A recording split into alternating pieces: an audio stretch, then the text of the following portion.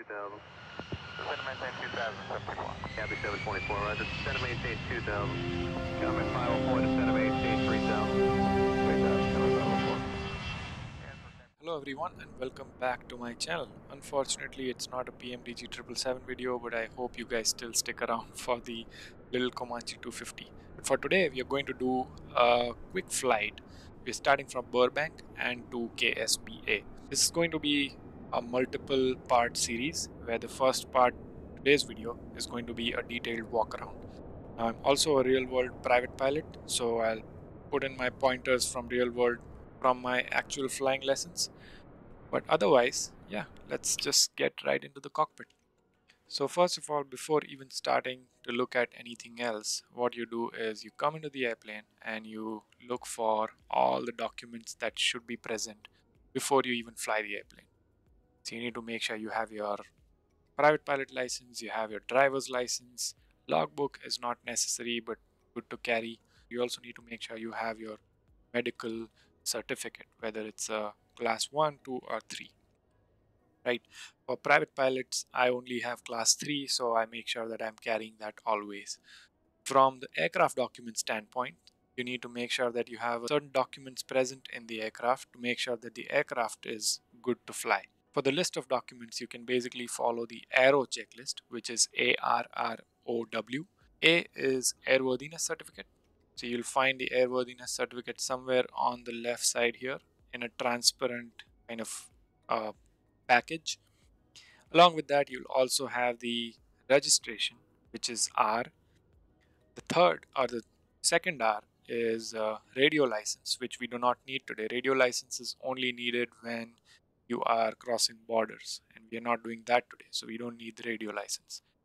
O is the pilot's operating handbook, which is right here, and I have access to that on my computer on the other screen, so that is good as well. And W is empty weight and balance, and we'll assume that we have all of that right here, right? So we are going to do the weight and balance right here in this little tablet. Alright, so with that out of the way, we have the ARROW checklist completed. Next, we're going to look at weight and balance. I'm going to have one more passenger on my side, and I'll put in some baggage when we go through the walk around. Now, this shows that we are within the weight limit, and that's where our center of gravity is. It's all good. It's within the white range, so it's all good. In real world, you would do all of these calculations manually. At least I had to do that for my check ride. Anyway, for this flight, I think we can go off of this tablet, and maybe I can show the real world weight and balance calculation in a separate video altogether. So first thing that I'm going to do is turn on the master switch and then turn on all the lights. And I'll also turn my fuel selectors to left and right. Since cockpit persistence was on, I had forgotten to change it to off last time, so it is still on left and right, so that is good. Let's open this window so that we don't fog up from the inside, and that should be it. We'll also get the flaps out, make sure that we are checking those during the walk around. Alright, let's start with the walk around now. Coming to the first position, flaps, give it a little wiggle and make sure that there's no travel there. Flaps are locked in place, which they are. Coming to the right aileron, make sure you have full range of motion here, which we do. Coming to the right tip tank. So you remember from the tablet we had roughly 3 gallons of fuel. So what I'm gonna do is peek in just a little bit. There you go. So we have roughly 3 gallons. I feel we see some fuel in there, so that's fine. Close that out. We also see that the right side nav light is on. From here we are gonna drain some fuel.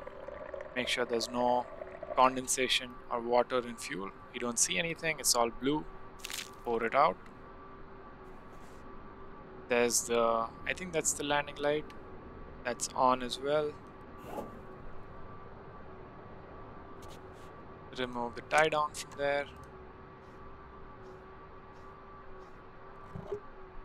have fuel here, so that is good. Closing this out. Next, tire looks good. We have those 4 lines very clear. I don't see any wear on the tire, so that is good.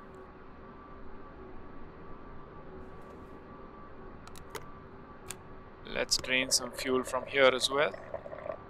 All blue. Looks good. Coming to the front here, we would run our fingers through all the blades and make sure that there are no dents or anything. You'd make sure that all of these bolts up here are fastened, and what is this called? The spinner is tightly mounted on the front. You would also make sure that the alternator belt, which is somewhere here, is tight and snug. Make sure there's no nest or anything going on in the engine compartment, and that should be it. While you're here, you should also look at the front tire and make sure that this let me see if I can go down here. Yeah, we can. Okay, so you need to make sure that the front tire health is good, and you also make sure that you have 3 fingers of spacing up here. See that the strobe light is on, so that's good. Let's go back to our tablet here.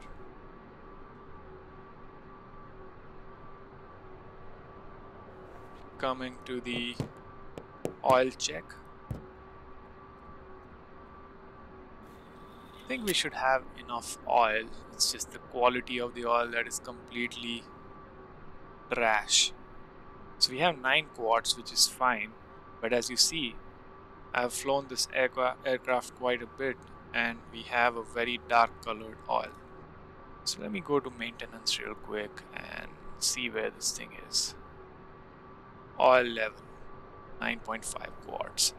I'm not sure if we really need to change oil, but we might as well do it. Let me see how to change oil here.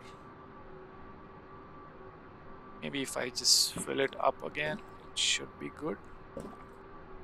10 quarts. It should be good. There we go. That's our new oil. We have roughly 10 quarts, so that is great. So we just refilled oil there. I didn't know how to do that before, so that's good to know. Coming to the left fuel tank. See plenty of fuel like we should have. Close this out.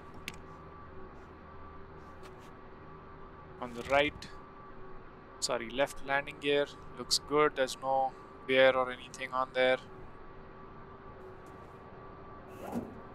Taking the tie down out.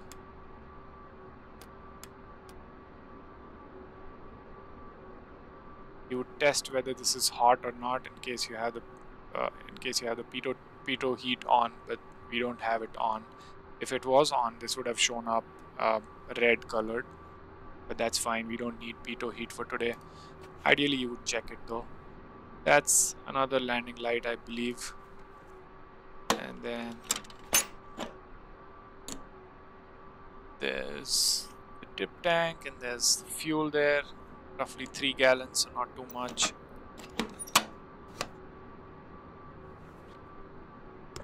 Drain some fuel from here as well. No condensation, no water. Coming to the left aileron. Again, checking for full travel. Looks good. Coming to the left flap.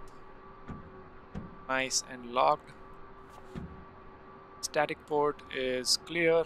There's no debris in there. Make sure there's nothing sticking, blocking that static port out. I think we are good right now. Remove the tie down at the tail end and make sure that there's full travel on the elevator. That's another static port. Make sure that's not blocked completely or something. It is not. Coming to the baggage door now. So what we're gonna do is have this bag in, this one in, and maybe this toolbox in as well. And that's all we need for today. Alright, that's our walk around complete. So as soon as we get back in, we're going to get the flaps up. We're going to turn all the lights off. We're going to turn the master switch off. And we can leave the fuel selector knobs on left and right as they are. We're going to start the engine anyway. Okay, let's go back to the checklist and make sure that we have completed before engine start checklist. Pre-flight is complete, passengers are briefed, seat belts, we will secure them, control locks are removed, parking brake is set, gear switch is down position, flaps are up, radios are off, autopilot master is off, avionics master is off, all electrical switches are off, we just checked them, circuit breakers are in. So circuit breakers are in a weird position right here, and all of them look like they are in. Let me show you real quick where they are. That's where they are. So if one of those were popped out, let's say navcom 1, this is how they would look like. And from the above, this is how it would look like. Push it in, so they are all good. Then you turn the rotating beacon on and go ahead with the engine start checklist. That's going to be it for this video. From the next video onwards, we'll be going from engine start up to cruise, and then the third video will be approach, landing, after landing, and shutdown. Alright, thanks a lot everyone for watching, and I hope you guys have a nice holiday week if you guys are taking your time off from work, and I will see you on the next one.